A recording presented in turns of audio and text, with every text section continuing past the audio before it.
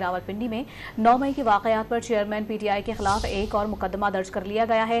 शालीमार चौक में army mess में तोड़ फोड़ के मुकदमे में भी साबिक वजीर आजम को नामजद कर दिया गया है। रावलपिंडी में 9 मई के वाकयात पर चेयरमैन पीटीआई के खिलाफ एक और मुकदमा दर्ज कर लिया गया है। मजीद तफसीलात जानते हैं डॉन न्यूज़ के नुमाइंदे ताहिर नसीर से। ताहिर नसीर, बताइएगा मुकदमा दर्ज कर लिया गया है, कौन कौन से दिफात शामिल हैं? जी देखिए, थाना 9 मई के वाकयात में चेयरमैन पीटीआई को तीसरे मुकदमे में नामजद कर दिए गए। ये मुकदमा ऑलरेडी थाना सिविल लाइंस में दर्ज था और चेयरमैन पीटीआई को शालीमार चौक में आर्मी मेस में तोड़ फोड़ के मुकदमे में नामजद किया गया है।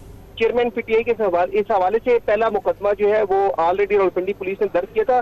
तो ये इन्वेस्टिगेशन विंग के कहने के ऊपर इनको तीसरे मुकदमे में नामजद किया गया है। चेयरमैन पीटीआई पर हसास मकामात पर हमलों के लिए कारकुनों को उकसाने इश्तियाल जलाने का इल्जाम आयद किया गया है। 9 मई को सियासी जमात के कारकुनान हसास इमारतों का गेट तोड़कर अंदर दाखिल हुए, तोड़ फोड़ की थी। सियासी जमात के कारकुनों ने सरकारी गाड़ियों मोटरसाइकिलों पर पेट्रोल पंप फेंककर नजर आतिश किया था। तो पहले से ये जो दर्ज मुकदमा है इसमें आरिफ अब्बासी, जियाद कियानी, अजमेर खान समेत 20 से ज्यादा मुलजमान नामजद है और चेयरमैन पीटीआई को GHQ गेट हसास के दफ्तर पर हमलों के मुकदमा में पहले ही नामजद किया गया। सलाह देते ताहिर नसीर, आपका बहुत शुक्रिया।